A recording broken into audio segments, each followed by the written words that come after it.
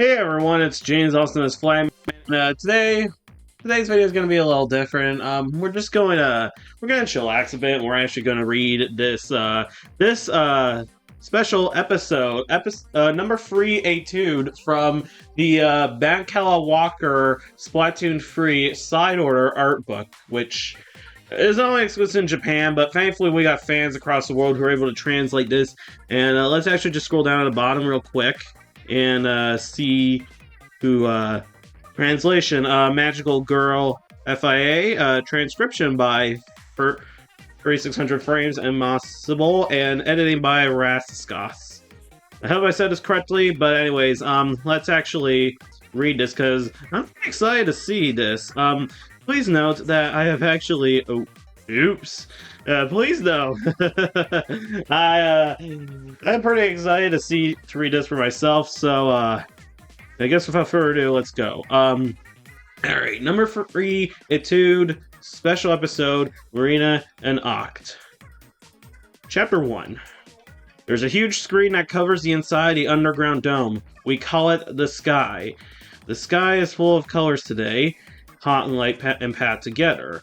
They continuously circled the perimeter of the dome. The cloud's destination is the large rectangular hole slowly opening in the sky. Below them, at the bottom of the dome, is an LCD screen that was once part of the sky. One of the LCD panels, covered in dust and waiting to be reanimated, was located near the repository where I was in charge of security.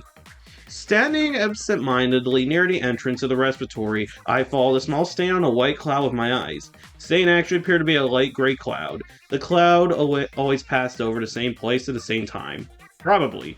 Soon, the light gray cloud was engulfed by the hole in the sky and vanished. I lifted up my right hand, which had been slumped over, and put my radio to my ear. I turned the volume dial up and immediately heard a staticky voice. Oct, can you hear me? Hurry up with the report. The tone sounded like a mix of irritation and disappointment. It was the captain of the security unit. I took a quick breath and pressed the transmit button on my radio. No abnormalities detected. Go for it. I took my finger off the button. After a long drawn-out sigh, I received a response. You're 16 minutes late. Basically meant the same thing as copy that. Without waiting for another word, I turned the volume down completely and hooked the radio to my waist belt. The report was over quickly. At least that was done with. Filled with a sense of liberation, I took up to the sky and a strong light stunned my eyes. It was the pseudo sun of the ceiling that illuminated the dome. People have been crying about the power shortage for a while, but didn't show any signs of dimming. If anything, it felt like the excess firepower was going to turn me into a boiled octopus. Okay, in Japanese, the phrase boiled octopus is equivalent to the English phrase red as a lobster. To get out of the sun as soon as I could, I entered the repository and quickly walked toward the back of the building. I was surrounded on both sides with piles of crates, all of them worn out and empty. Calling it a quote-unquote repository would be disingenuous. It was a temporary storage space for junk. There weren't any regular visitors, let alone suspicious persons. Was that even such a thing as an abnormality in a place like that? Can't deal with this. I went to a section where large crates were clustered and hid in a crevice suitably out of the sunlight's reach. When I sat on the ground and leaned against the crate, I felt its cool surface on my back. It smelled a bit moldy, but it was pretty comfortable. I couldn't see the entrance, but I'd leave if I heard footsteps or any suspicious noises. When I closed my eyes and listened carefully, I could hear intermittent shooting in the distance. It was a combat drill for the members of the Taka Zone's unit. The sound of shooters had decreased by 2. I had been told that some of the other bases was gathering soldiers, so one of them must have been dispatched again. All the sounds I can hear have become insipid. I'm afraid that if I stay in this kind of place for too long, I'll be able to compose our boring songs. Maybe I should try making a song about my endless boredom. Oh, you got another piercing. I heard a voice. Surprised, I opened my eyes to see a familiar face, a girl from the Taka Zone's unit, standing in front of me. She crouched down and inspected the area around my left ear. When she noticed the way I was looking at her, she smiled instantly. Sorry, did I wake you up? Good morning, Oct, she said. She lowered her eyebrows apologetically. No, that's just how her eyebrows usually looked. Good morning? I guess my eyelids were heavy. I must have fallen asleep. It was a good thing the person who found me wasn't the captain or someone similar. Marita is the pride of our unit. We'd Since our days at the Takazone's training school, the Notarian education facility. We weren't in the same class, but we weren't in the same classroom for long.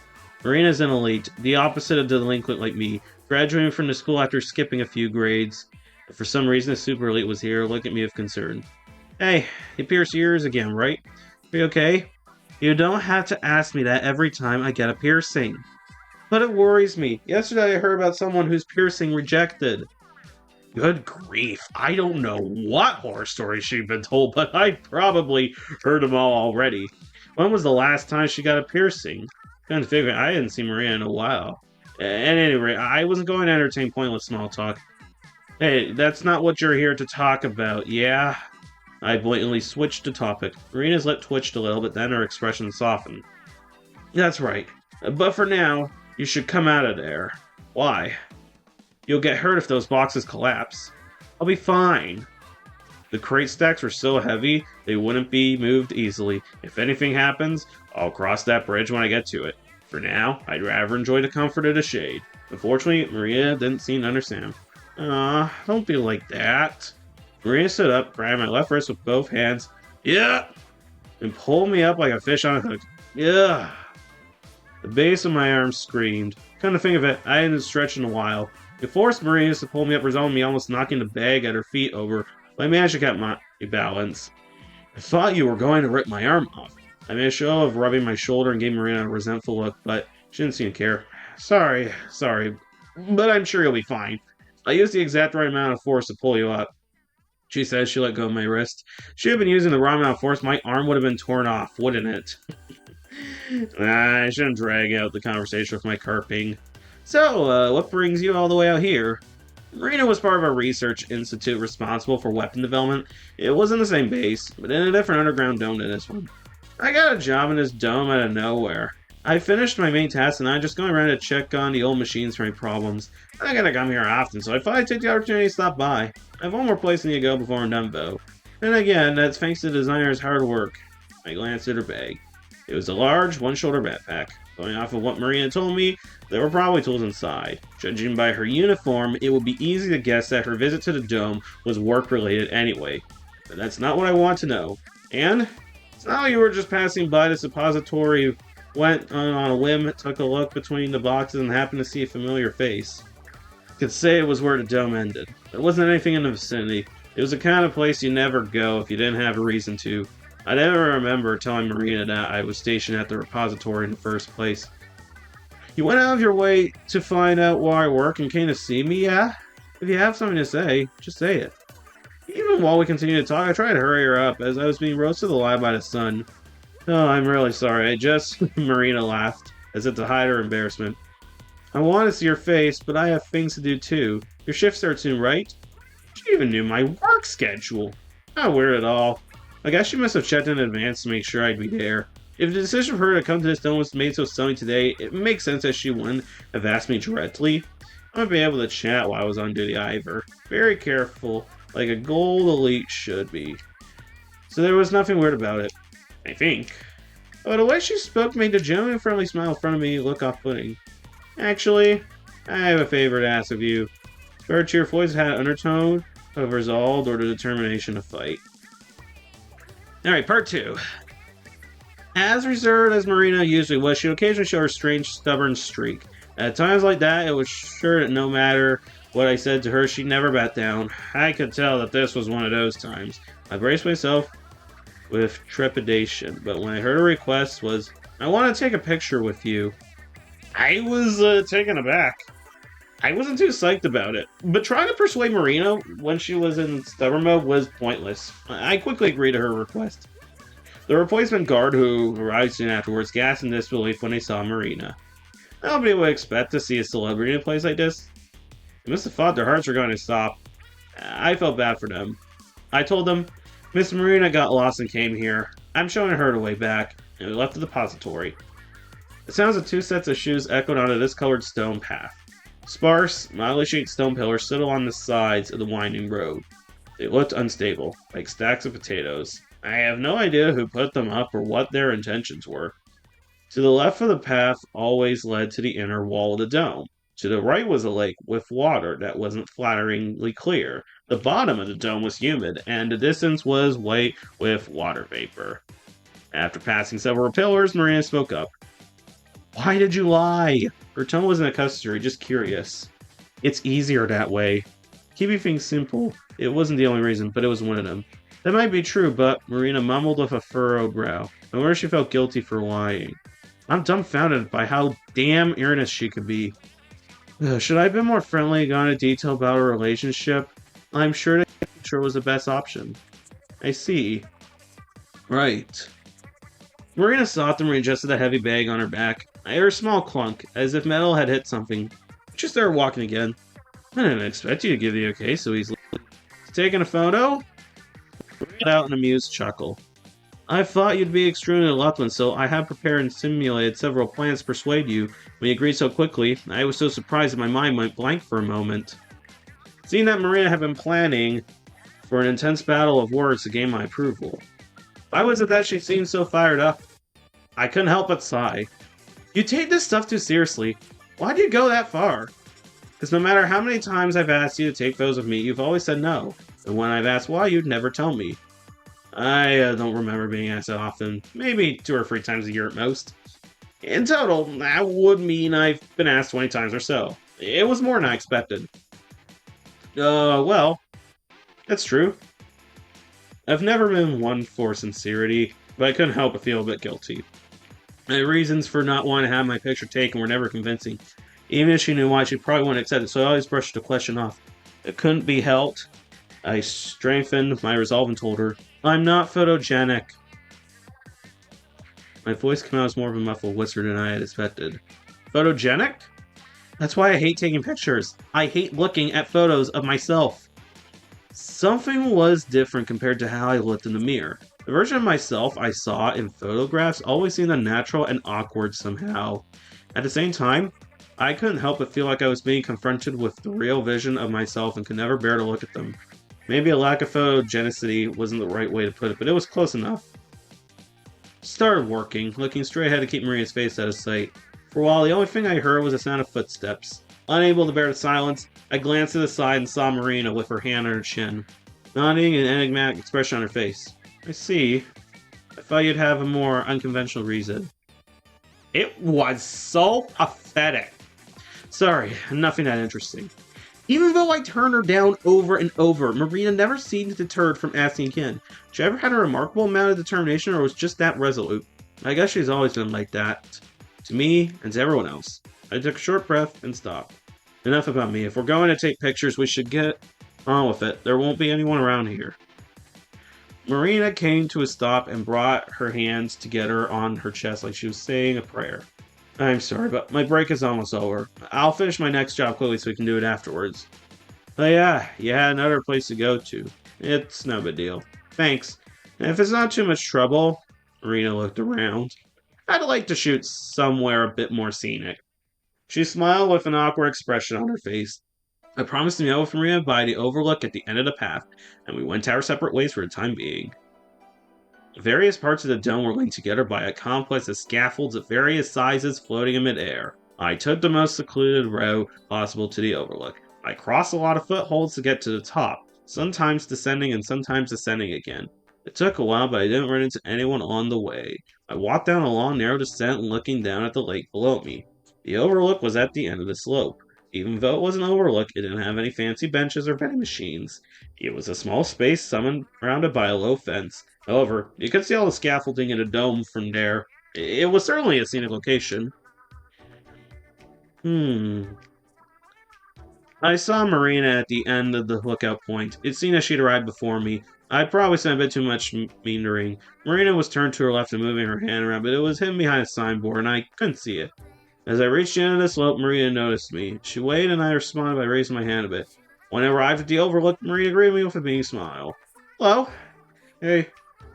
When I walked up, I checked my blind spot, space behind the information board, and made sure nobody was there. There was nobody besides the tripod, which seemed to be for our camera anyways.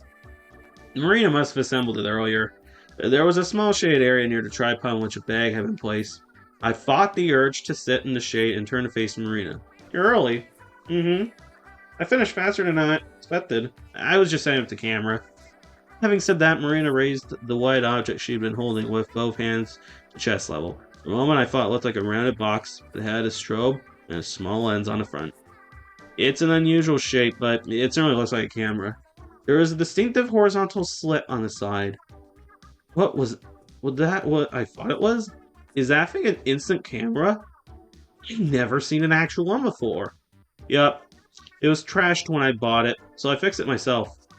You've always liked that sort of thing. In terms of image quality, it'd be better for Marina to use her state-of-the-art communication terminal. The only reason she wasn't using it was because she was excited to test out her new toy. It'll be ready in a minute. I nodded, and Marina mounted a camera tripod. Was the tripod new? It didn't have any scratches or stains, but the knobs and handles gave it a refined appearance. The sight of a formerly trashed instant camera held up by a high-quality tripod was somewhat caricatural. I recall the camera I saw Marina with before was an expensive one with interchangeable lenses. That one looked more suited for her tripod. When I saw her with it, she was taking pictures of excavators and other ridiculous giant pieces of heavy machinery that I couldn't remember. Sorry to keep you waiting. Marina's voice snapped me back to reality. While I was going with my arms crossed, the camera had been secretly fastened to the tripod. Finished? Uh-huh. Locked. Are you really going to take a photo of me? What, did you think I was going to ditch you in the last second? Maria shook her head in a panic. You know, I was just thinking about it, is all. She wanted to take a picture of that belly? I considered understood what that felt like. Couldn't think of it. Why'd she want to take a photo today? It wasn't like there was some kind of anniversary, right? Just as how the times why Maria turned her attention back to her camera. She looked into the viewfinder, mumbled, okay, and turned towards me with a gleaming smile. Shall we get the photo? Take the phone now? Well, I guess it didn't matter. She was probably just tired of me refusing her or something. Seemingly satisfied with the camera settings, Marina instructed me on how to stand and pose. I didn't end up following any of her instructions, and we took a picture together. Oh, part 3. They both look great. Comparing the two photos the camera spout, Maria nodded satisfaction. I sat on a nearby fence and watched, yawning. Then you can have this one. After being offered one of the photos, I turned it away almost reflexively. I don't need it. I see. You don't like it then? Maria didn't really try to force the issue. She just smiled a bit regretfully and withdrew her hand. Maybe she expected me to say that. Well, a good amount of time passed since we got here. I pushed myself off the fence and stretched out. My head and back were becoming burnt from the exposure to the sun. I put my hand on my hips and started talking. If you're happy, then we should go back. Someone might be coming soon. Is that a bad thing? I raised an eyebrow at her carefree demeanor. Of course it's a bad thing. There are a lot of people in this dome who know me, and I don't know what they should say if they saw us together. Like what? That we're good friends or something? Was she serious? I scratched the back of my head in bewilderment. Marina had no idea what was going on. I didn't want to say anything, but I didn't have a choice either. Hey, if a rumor gets out that Marina Ida is hanging out with the delinquent, you'll get eaten alive by people jealous of you. Marina's eyes widened. Good grief. It seemed like she finally understood. There will always be those who have nothing better to do lurking in the shadows of popular people, waiting for their chance to sabotage them. It seemed like despite being in the middle of a whirlwind of such activity, Marina wasn't wary of any malicious intent. Marina's expression clouded and she looked at her feet. You're not a delinquent, Oct. I was at a loss for words. I put my hand on my forehead. That I wasn't what I was talking about. As far as I knew, Marina was the only one who didn't think that. I am to them, and they don't care about what you think. You heard the nonsense rumors they used to spread at school. Marina's wrapped up with delinquents and she's doing shady stuff behind our backs or whatever. Of course, Marina didn't do anything wrong. Someone had seen her defend me from the instructor's reprimands, and they decided to start spreading rumors about it. If I'm remembering correctly, it happened around the time Marina returned to the training center as a tutor. But everyone quickly understood neither of us had done anything wrong like the rumors said we were. That's because the instructor had known us for a while and worked to squash the rumor behind the scenes. Now our situations and positions are completely different. The next time something like that happens, it won't end the same way. You know that, right? Marina started to say something, but closed her mouth. There was a flash of something in her eyes, feeling feeling that was neither anger or sadness. That's the reason I didn't want to talk about this. There was one more thing I had to say. Shrugging my shoulders, I continued in a more lighthearted tone. Man, I still remember all of your friends staring daggers at me. I don't want trouble, so we should wrap it up. I pointed my head towards the camera. Ray gave me a smile with a blank expression on her face. She told me to hold the camera, and I faithfully carried out the only order I was given. I was going to ask if I could help her pack up, but there wasn't anything for me to do. Marina quickly folded a tripod with a practiced hand and put it in a storage bag. It was clear that if I tried to help, I'd only serve to hinder her. Marina kneeled on the ground and opened her mouth as she strapped the bag containing her tripod to her back. I wish we had more time to talk. There's always another day. Yeah, that's true. Somehow her voice sounded somber. I wondered if she was still dwelling on what we had talked about earlier. My eyes met with Marina as she looked up. I understood what the other side was trying to tell me and held out the camera I had been entrusted with. She took it with both hands, her face breaking into a smile. She thanked me. Mission accomplished. Marina put the camera into her bag. Oh, that's right. She carefully pulled out a thin, angular package. Upon closer inspection, it contained two identical objects stacked on top of one another. Marina stood up and handed me one of the packages. Here's the record. Thanks a lot for letting me borrow it. The shape of the package is almost square. Definitely around the size of the LP I had lent her. It was wrapped in a white sheet of packaging material, so I couldn't see what was inside, but Maria told me that it was the record. It must be the record. Thanks for taking care of it. What'd you think? She rolled her eyebrows apologetically at the question. I'm sorry. I've been so busy that I've never had a chance to listen to it. You can hold on to it for a little longer, then. There's no need to return it. Oh, it's fine. I'm sorry. Marina held out her hands as it stopped me. There was another regret and resignation in her voice, but I didn't expect she'd accept the record if I tried to give that to her. She let out a faint sigh and held her package in her hand to me. You should take this too. You told me you wanted to listen to it. Isn't that the rare edition? I did say I'd like to listen to it, but it's funny that she brought it here. Didn't you say that you'd let me listen to it back at your room? Yeah? The record in question was incredibly rare. It wasn't in a position to take care of it, so I declined Maria's offer to lend it to me. After a back and forth, we found a compromise. I listened to it the next time I went over to Maria's room, and that should have been the end of that. Maria was clearly avoiding making eye contact and gave me a tight smile. I promised to lend it to you, right? Even if I didn't, if you consider string theory and the fact that data accuracy decreases as time goes on, it wouldn't be weird the promise could change at any moment. Maybe. I could tell it was nothing but strange, and I didn't know what she was talking about. For as smart as Marina was, she was an awful liar. There was no way I remember a promise that she didn't. Well, there was a possibility, but it was unlikely based on my experience. Basically, Marina was knowingly going back on our promise. Marina going back on our promise? That's stupidly conscientious Marina. My heart suddenly began to race. After all, she had been acting oddly today. Oct? I came to my senses after I heard my name. A worried face was looking at me. If there's one thing that was absolute, it was that there was no malice behind it.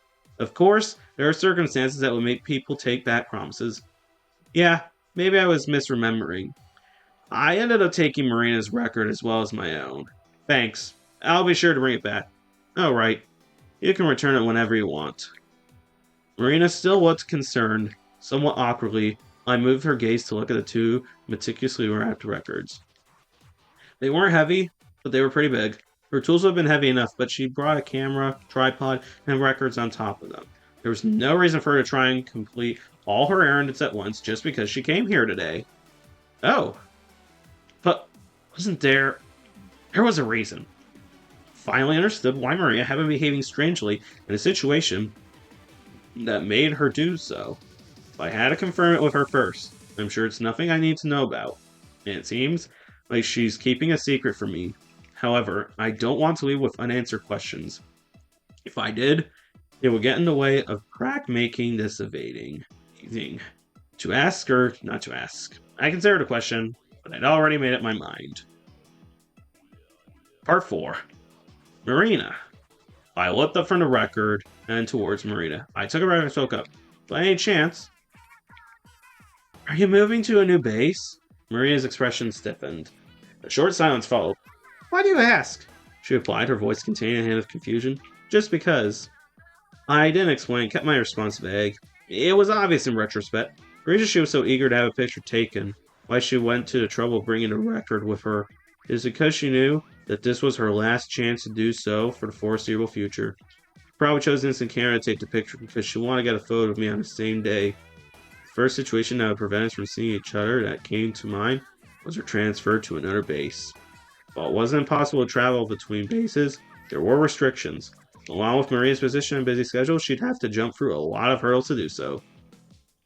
Marina put her hand on her cheek, seemingly weighing how she should respond. I remained silent and waited for her to speak. If she didn't want to tell me, she could brush off with one of her horrible excuses, and be back off. I hadn't noticed that my thumbs were digging into the record's packaging material. Maria stopped touching her cheek and looked at me straight in the eye. Her serious expression made me flinch. After a pause, she began to speak slowly. Well, I'm being transferred to Otto Valley, she continued, remorse twinging her voice. I'm sorry for not telling you. The information about my transfer is so classified. It'll be made public soon. I was going to talk to you after that. Oh. I got it. I felt the strength I was holding with the record would drain. I guess Marina had been waiting for the information to be declassified before sharing it. It was just like her to be so diligent. I put the record under my right arm and continued. Why are you leaving? 3 days from now, in the morning. Was it dropping you so suddenly? Yeah, I was just recently assigned to a new position. After cutting herself off, she continued somewhat sadly. After I get sent there, I won't be able to see you and everyone at this base over here very often. So before I left, I really wanted to take some pictures. I'm sorry I forced you to come out here. I see. So that's what this was all about. But you'd figured out the gist of it already, right? I smirked. She saw right through me. Marina slat towards the fence, folded her hands behind her body, and gazed into the distance. It was more the same. Clouds swimming through in a perforated sky. At least, that's what I thought it looked like. I can't tell you so much about your job. It's an honor to be assigned to a unit there. So I have to do my best, but for the time being, I won't have time to tinker with machines. There are a lot of things I have to remember. I probably won't have much time for music. But I think I'm going to learn a lot. That's so. Oh well, I know that isn't the sort of thing you'd care about. Marina laughed apologetically. It wasn't that I didn't care, I just didn't know how to respond.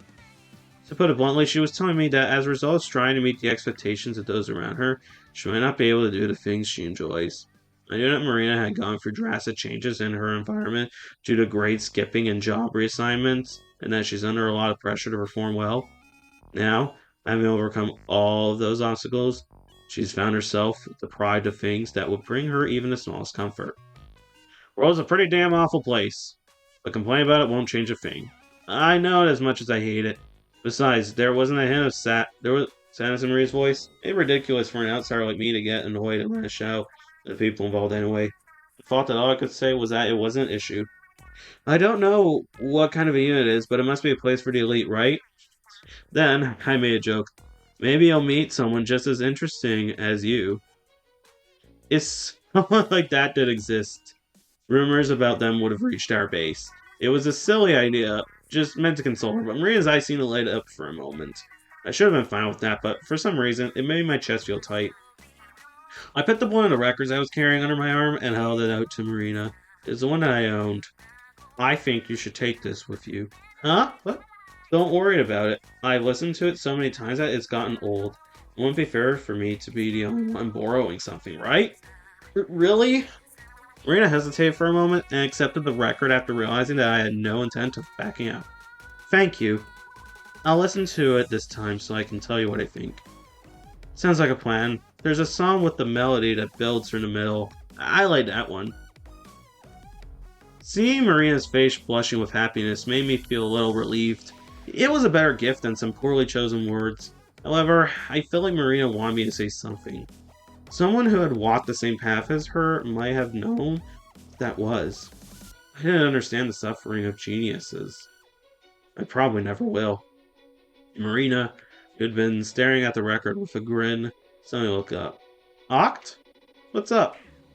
A modest gesture pointed out something on the right. Your record is over there. That it is. Maria had taken the time to get me a bag so I could easily take the record home. It was a good show of forethought.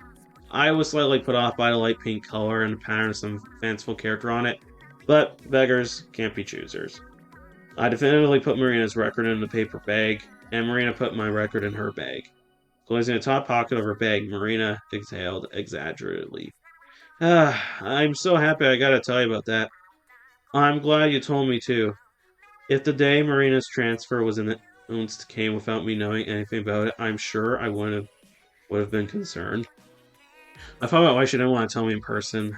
Maybe she didn't want to trouble me about things unrelated to music. Thanks a lot for today, Oct. She directed a somewhat refreshed and bright smile at me. For a horrible liar like Marina, it must be difficult to interact with others while keeping her situation under wraps. I couldn't help but smile when I thought about how she'd taken a picture of me despite the struggle. That's right. I turned my hand towards Marina, with my palm facing up. The photo. Huh? I'd like to take it after all. Even Marina didn't predict I'd do that. Her eyes grew wide. It was somehow funny to see her so confused. Since we're not going to see each other for a while, I might forget what you look like, I said teasingly, which Marina smiled with a friendly smile. You were never good at remembering faces. She wasn't wrong, but that was a joke. Oh well. Marina took one of the photos out of her bag pocket and handed it to me. It's a good photo, don't you think? I took the photo and looked at it through half-open eyes. I saw Marina's familiar, smiling face next to my sulking one. There wasn't anything awkward about it. In the environment, sitting next to Marina, I looked natural. Not bad, I guess. Marina's face broke into a content smile at my comment. Then she picked up her bag and turned to me. I should probably get going. Take care of yourself, okay? You take care too. I will. And make sure you're eating properly. Got it? Yeah. Maria smiled at me, put her bag on her back, and started walking uphill. I followed her until she reached the top, where I stopped. I watched her back as she moved away. She stopped before she had gone much farther, turned around, and waved to me. Good grief. If she kept that up, who knows how long it would take for her to make it to the top of the hill. I decided to turn around quickly and disappeared from Maria's line of sight. See ya! It wouldn't be long until Marina completely disappeared from all of our lives. And here's the picture that Octa Marina took. Um, and you can actually see this in the background of one of Oct's letters to Marina once you complete Agent 8's palette in side order.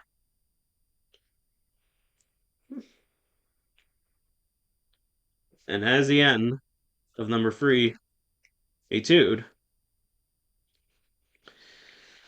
Well, anyways, that's all the time we have for this video. So, thank you all for watching this, and I'll catch you all in the next video. See you next time.